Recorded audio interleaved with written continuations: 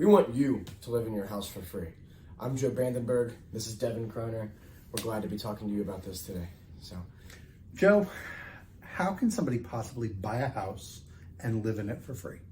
Well, one of the options that you could do is buy a duplex, triplex, or quadplex with an FHA loan with as little money down as you can, just so that you can get in, have tenants who are then paying for your mortgage payment. All right. So hold on, back up a second.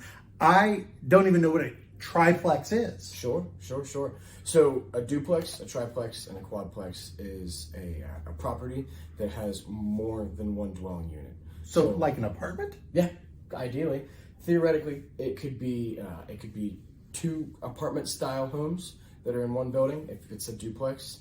A lot of times you see 2 floors in a home, that one of which is used for one tenant and one of which upstairs is used for another tenant. Ideally, you take your pick of the litter on which one you'd like to live in, and then you rent the other one out. Mm-hmm. So you have rental income as well. But if I'm going to buy a property like this, I want to live in one unit, obviously. That's the living for free part. But how do I get it to where I can live there and it's not going to cost me any money, possibly even make me money? How does that process work? Well, so a lot of times, keep in mind, down the line, it will almost certainly make you money. So basically what you have to do is get an FHA loan. You have to live there for at least 12 months. But you have somebody else living in that upstairs or downstairs unit, whichever one you don't want. And then their rental payment to you should cover a decent chunk, if not all, of the mortgage payment. So when you're talking about the mortgage payment, there's more than just principal and interest. You do have property tax, you have home insurance, and you have insurance. Mm-hmm. Well, you've got all that tied up into one basket. So it's not just what the house costs, it's everything. And then of course you have your utilities and all of that. But if you are, some people call this house hacking, right? Absolutely. If you are house hacking like this, then basically you buy this 2 or 3 or 4 unit, can't be more than 4 units, right? Can't be more than 4 units. For this to work. Otherwise, you're actually buying an apartment complex. That's a whole different thing. That's a commercial type product. Exactly. It's not residential. But let's say we find a nice 3-unit property and you're going to live in one. Again, as Joe said, you take your pick which one you like. Mm-hmm. Maybe you want to be on the outside edge so there's not people on both sides of you. Maybe you want to be in the middle so you can hear what the people that are paying you are doing. Don't do that. That's creepy. But you pick yours. So I'm going to live in mine. I'm going to rent out the other ones. Obviously, they need to be rentable. They need to be livable. So you may have to do some updating, or you may have to spend a little more to get it updated. But once you find the unit, let's say I'm a college student. Yes, let's say I'm a young professional. I'm just starting out. I don't have a whole lot of money saved up. I don't have maybe a lot of job history. How could this work for me to give me a place to live, provide future income, but still be doable? Well, what's really nice about FHA is that it only has a 3.5% down requirement. So one of the things that you can also do as a first-time buyer is use your seller concessions that are available to get as much of this process paid for as possible. Mm-hmm. So you can get in.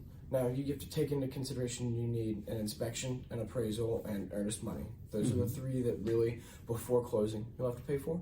Mm-hmm. But shy of that, it's a 3.5% down payment, assuming that you have the closing costs covered by the seller.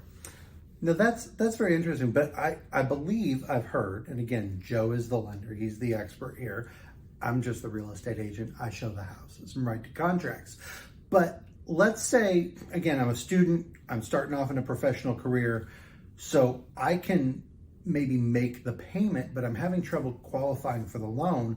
Is it true that you can use the future income from these units to help you qualify and be able to buy the property? It is. Sneaky move, absolutely. You can actually use 75% of that rental income, and that's based on, if you don't have anybody planning on living there just yet, that can be based off of an appraisal. So you'll have comps that will compare similar units in your area, so you can have a rough estimate of what you'll be charging for rent, and then whatever you have that sorted out as. If it's a duplex, then you have one unit. If you have a quadplex, then you have 3 of those units. So you can use 75% of that projected rental income to qualify you for these homes. So I'm not going to put you on the spot with numbers, even though you're a lender, you could probably do this, but let's just kind of play a little bit. Let's say somebody is going to have it's a $200,000 triplex. Sure. Okay. Which, in full disclosure, in Northern Kentucky, we're probably not finding a $200,000 triplex. It's probably going to cost a little bit more than that for a triplex, but easier numbers. So if I'm using 75% of the potential rental income, sure, $200,000, let's say I can rent each unit for, we'll go $1,000, just nice round numbers. Yeah, absolutely. So that's $750, right? That is. So again, you're the math guy, not me. 750 plus 750 is $1,500 a month. So $200,000 loan with 3.5% down, with the seller concessions, that's closing cost help from the seller, paying lender fees, escrow, taxes, those prepaid items. If I'm able to use $1,500 a month from the potential rental income, a $200,000 loan right now is probably going to be in depending on exactly what the interest rate is. Right. So you're probably looking right around that ballpark. And I mean, really the short answer is, without busting out my handy dandy calculator watch, I would say you don't need to make nearly as much income from your other income revenue to qualify for this. Yeah. So I just closed a house for somebody yesterday, $215,000. Their monthly payment is $1,536. Okay. Now that's not a multifamily. That's just a condo. $1,536. So if I'm able to claim $1,500 a month for the rent in this scenario, and again, this is hypothetical, sure, contact us, contact Joe if you want to run real numbers. But in that scenario, outside of paying my electric, my internet, my water, all that, I could live in my house for basically $36 a month, right, pay my utilities.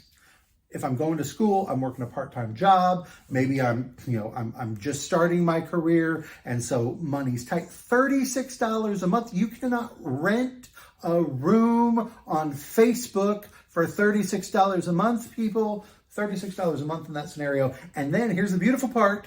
You only have to live there how long? 12 months. So you live there 12 months, paying $36 a month. Take the $1,500 if you've got it, and put the rest of that into savings. Yeah.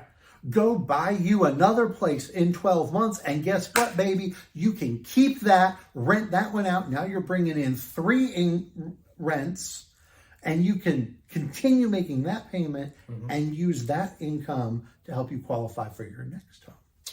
There's a reason they call it house hacking, folks. House hacking.